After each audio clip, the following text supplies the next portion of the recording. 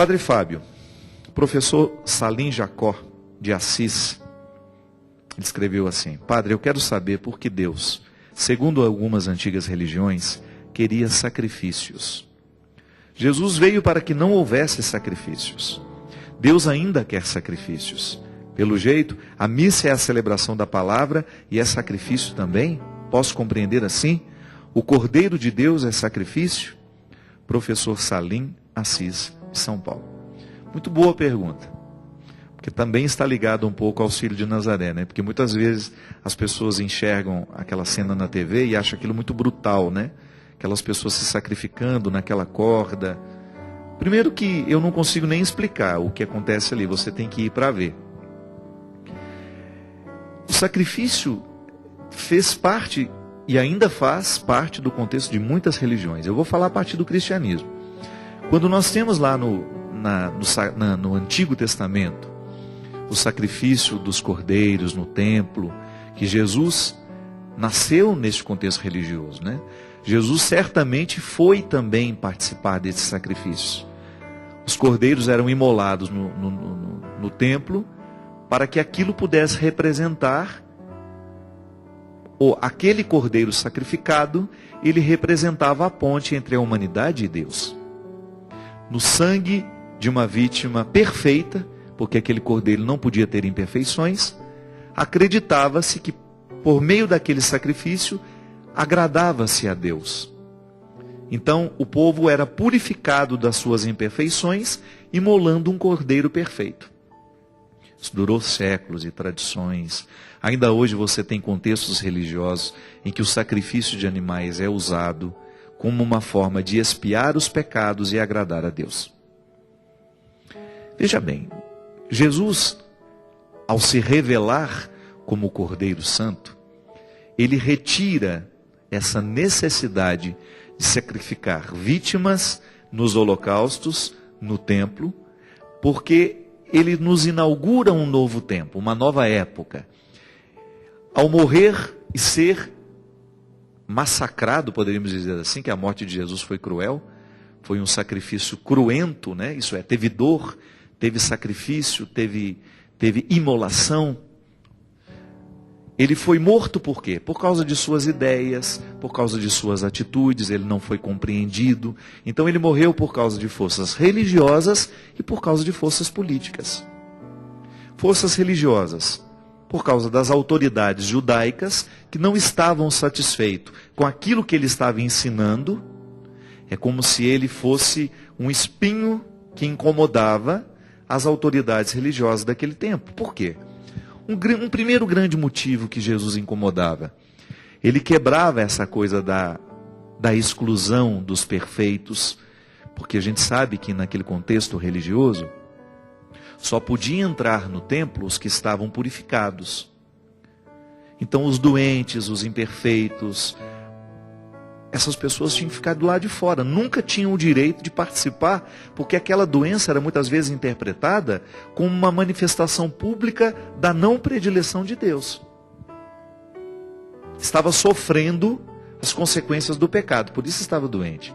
Jesus veio dizer que não, que Deus amava os imperfeitos, que Deus queria ter perto aqueles que estavam doentes e que o médico só tem sentido para quem está doente.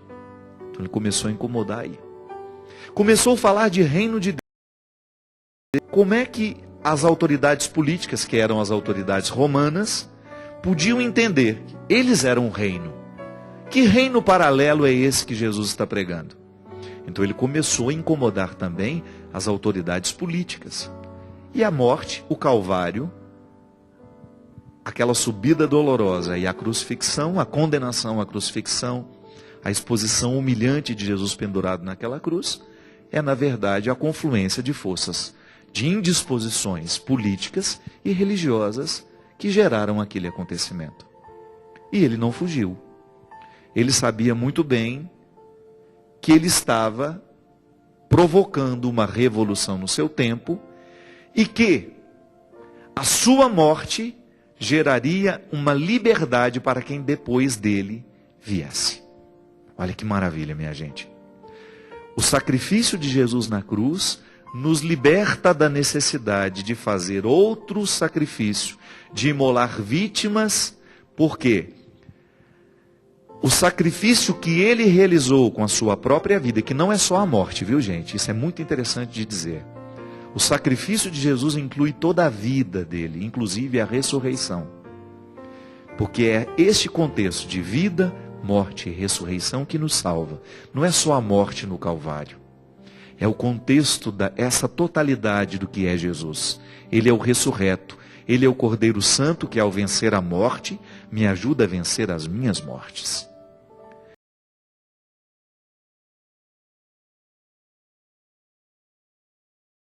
Fazer no dia a dia para a gente tomar posse dessa salvação.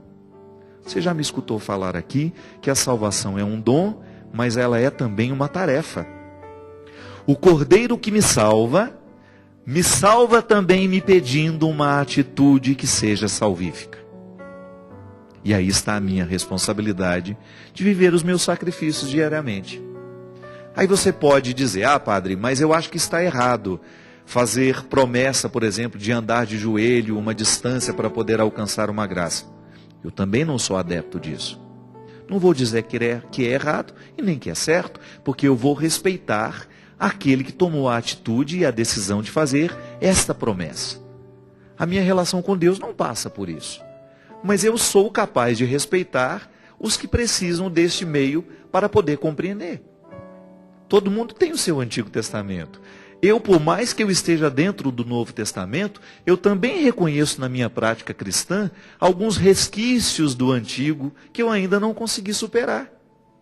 Minha gente, se Deus tem paciência comigo, com os meus Antigos Testamentos, eu não vou ter com o outro? Claro que no momento que eu puder, eu vou conversar. Muitos que chegam a falar, Padre Fábio, eu fiz uma promessa de rezar, por exemplo, de fazer... Deixa eu dar um exemplo que seja mais comum. Eu vou ficar sem comer chocolate 1 mês para agradar a Deus. Tudo bem. Você pode até, com essa sua disciplina, criar dentro de você um fruto positivo. Mas eu fico pensando, será que Deus não está mais interessado que a gente seja capaz de, por exemplo, vou fazer sacrifício de não tratar mal a minha mãe, por exemplo, que tem implicações muito diretas na minha convivência com as pessoas? Eu vou fazer o sacrifício de ficar calado no momento em que eu tenho vontade de xingar o outro? Eu particularmente acho que isso é mais frutuoso para mim. Pode ser que para o outro não. Eu também gosto de fazer o sacrifício material, sabe? Eu também gosto de me educar na minha vontade. A minha vida, por exemplo, eu gosto de ter uma disciplina alimentar. Às vezes eu brinco muito no Twitter que vou comer isso, vou comer aquilo, mas no fundo eu sou disciplinado. E mesmo que se eu como muito num dia anterior, no outro eu vou caprichar no meu exercício físico, porque eu quero manter esse equilíbrio do meu corpo. Cuidar da minha saúde é um imperativo religioso para mim. Já falei isso aqui muitas vezes.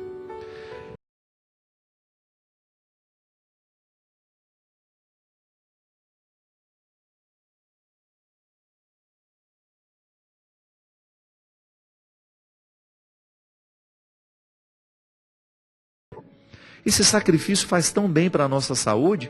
E se faz bem para a nossa saúde, é claro que agrada a Deus. Mas a privação pela privação, essa pode ser até fonte de vaidade, minha gente. Ela pode não ter nada de religioso. Porque muitas vezes nós nos privamos, não é porque nós queremos agradar a Deus, é porque nós queremos expor a nossa vaidade. A gente quer ficar superior ao outro. E aí já perdeu o sentido religioso do sacrifício. Então realmente, eu acho que é avançar espiritualmente, a gente ser capaz de fazer sacrifício. Por exemplo, eu vou sim renunciar de comer chocolate durante a quaresma. Mas eu preciso fazer com que esse sacrifício tenha repercussões na minha vida prática. Ele não pode ser apenas a satisfação de um desejo particular, de ser capaz de dominar a minha vontade. Não. Ao dominar a minha vontade, eu aprendo que eu sou capaz de dominar instâncias mais difíceis em mim. O meu ciúme, por exemplo, a minha vaidade, a minha hipocrisia, a minha língua, que muitas vezes fala mais do que deve. Eu vou me educar para ter um comportamento um pouco mais amoroso com quem convive comigo, ou procurar ser mais compreensivo quando o outro erra. Pronto, aí eu estou conectado àquele que morreu por mim. Porque se ele morreu, porque ele acreditava que Deus preferia os doentes, que Deus não excluía os miseráveis, eu tenho que me unir a essa mística e ter este mesmo sentimento e este mesmo pensamento que ele. E aí, em outros momentos, a igreja chamou isso, os místicos chamavam isso de imitação de Cristo. Vamos imitar o Cristo. Pois a gente descobriu que é muito mais que imitar, é incorporá-lo. Quando eu comungo, quando eu participo, quando eu recebo Jesus em presença real, na palavra e na Eucaristia, é interessante demais nós salientarmos que Jesus é presença real. Na palavra, quando eu leio o Evangelho, eu estou fazendo uma experiência de Jesus, presença real, porque é o pensamento dele que eu estou absorvendo. Ao ler aquele Evangelho, ao ver como Jesus agia, como Jesus pensava, eu o comungo. E essa comunhão, ela é importantíssima no nosso dia a dia. Não adianta só ir à missa, comungar a Eucaristia, se você não comunga também a palavra que te exorta. Porque às vezes, virar papa hóstia também é um exercício fácil de viver. Vai lá, comunga, vai embora para casa e nada muda.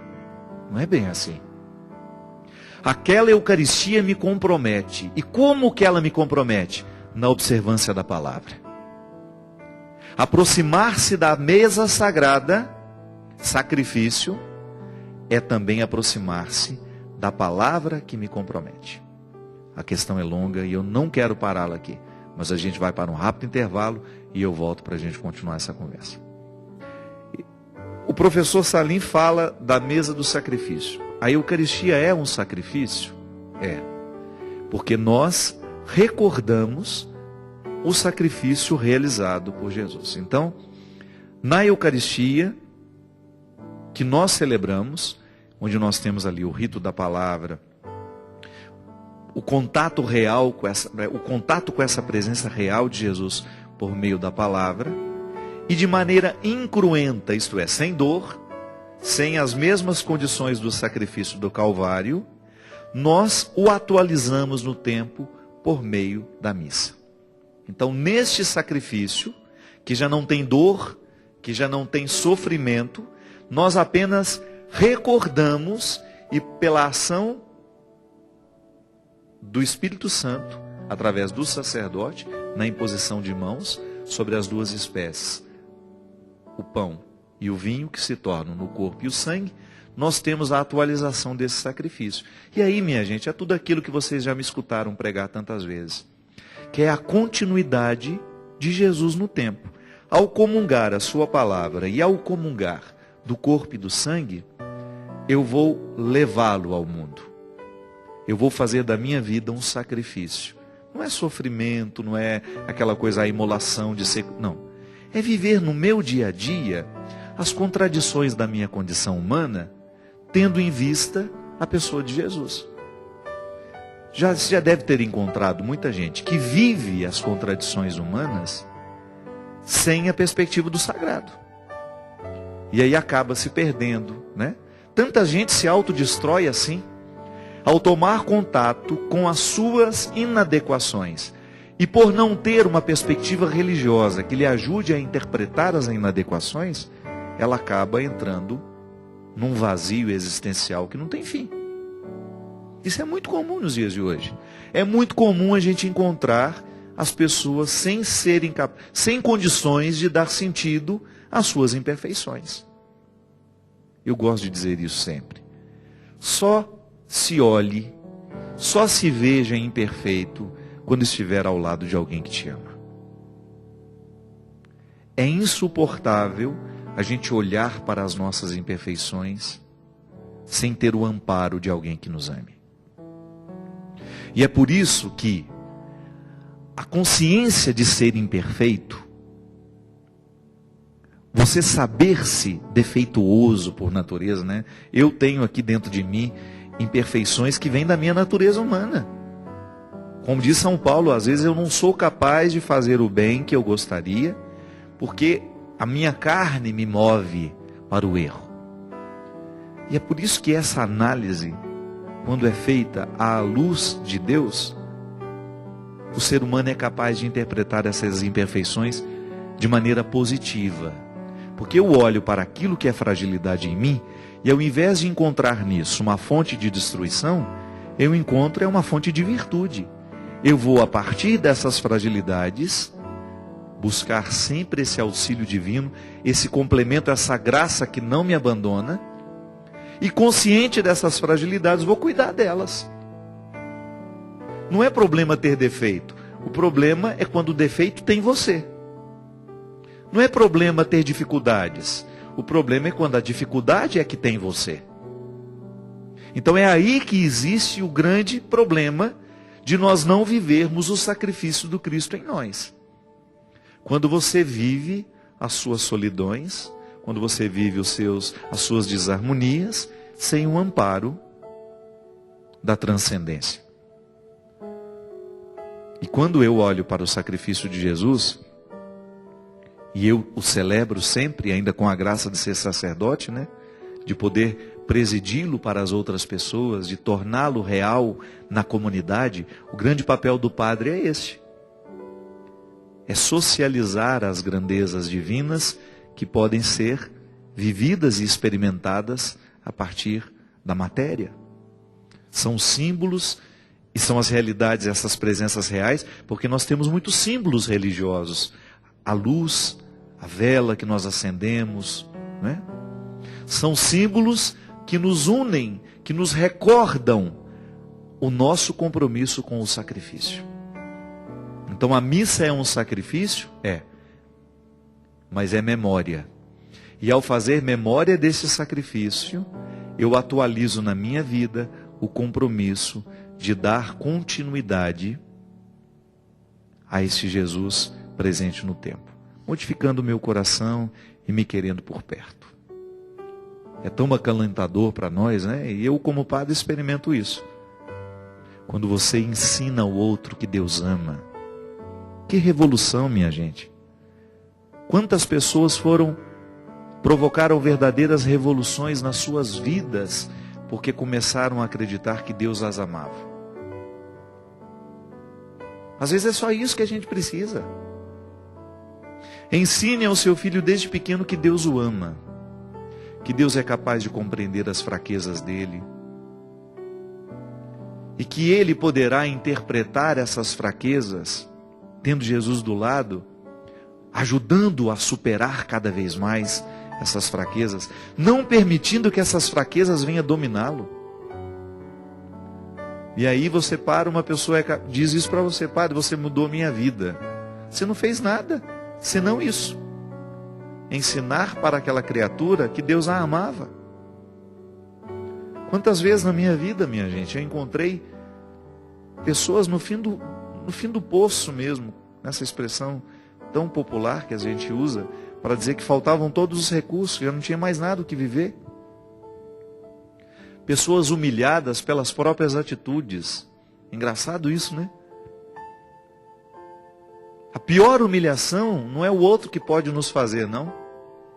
A pior humilhação é aquela consciência infeliz que a gente tem num determinado momento da vida, de que nós não soubemos viver. Isso nos humilha. Não é a palavra do outro, a acusação do outro, não. É aquilo que você reconhece do que o outro lhe disse. Isso me humilha mesmo, porque eu não soube viver a minha vida. Isso é humilhante. E às vezes eu encontro pessoas assim, desacreditadas, sem perspectivas, sem fé, sem amor próprio. Por quê? Porque desaprenderam, ou então porque nunca ensinaram para elas que Deus é capaz de amá-las. Tem gente que se interpreta tão pior do que realmente é. Às vezes a gente encontra pessoas que têm uma dificuldade tão grande de reconhecer valor em si mesmas, e são as mais arrogantes. Porque no fundo, elas não acreditam nelas. Aí tem aquela postura arrogante. No fundo ali está faltando é acreditar em si. Acreditar que Deus acredita nela. E meu papel às vezes é só esse. Pode ser que você esteja concordando comigo, porque pode ser que Deus tenha agido na sua vida através de mim assim. Eu sei que você tem erros. Eu sei que você comete erros, eu também cometo. E é claro que de vez em quando é bom lembrá-lo disso, de que você erra. Mas eu tenho certeza que a minha vocação é, antes de qualquer coisa, ensinar que Deus ama você. Depois você se entende com Ele. Os acertos que Ele vai precisar fazer na sua vida, que sejam feitas entre vocês dois. Mas o meu papel, além de lhe ajudar a reconhecer os erros, que a gente precisa disso, nós precisamos de uma pessoa que nos ajude a julgar luzes sobre as nossas atitudes, que às vezes a gente se acostuma com os erros que a gente comete. A gente deixa de saber que é erro, a gente deixa de saber que é pecado. É tão comum isso acontecer. Você vai errando, e porque ninguém nunca lhe contestou, lhe mostrou que era errado, você continua errando. E aí, você precisa de alguém que lhe ajude a aprender que isso é errado, mas você precisa, sobretudo, de alguém que lhe recorde diariamente que não há nenhum erro, que não há absolutamente nada de pecaminoso que você tenha feito na sua vida que seja capaz de apagar ou de mudar a decisão de Deus de nos amar, de te amar. E aí nós vamos nesse esforço, né? Porque não é fácil, não é brincadeira não. Não é uma situação fácil de aprender. Porque nós temos muitas vezes dentro do nosso coração uma regra, nós muitas vezes somos movidos por uma lógica que não é a mesma de Deus. E por isso que nós precisamos de conversão, viu? A conversão é isso, é você abrir mão da lógica que você tem para interpretar os fatos e as pessoas, para você receber a lógica de Deus, a lógica de Jesus. No trato com as pessoas e no trato com você. Se você quiser medir o seu comprometimento com Deus, comece a identificar a lógica que você usa para fazer as suas análises de si mesmo e dos outros. Enfim, falamos bastante do sacrifício. Sei que eu sou prolixo, que eu falo, né? Mas tentei falar um pouco desse bonito significado que é viver o sacrifício de Cristo, já não mais como era vivido no Antigo Testamento, os sacrifícios que agradavam a Deus, segundo aquela compreensão que nós já superamos, e lembrando que muito do Antigo Testamento ainda está em nós e precisa ser superado para que a plenitude revelada em Jesus possa encontrar espaço para crescer em nós.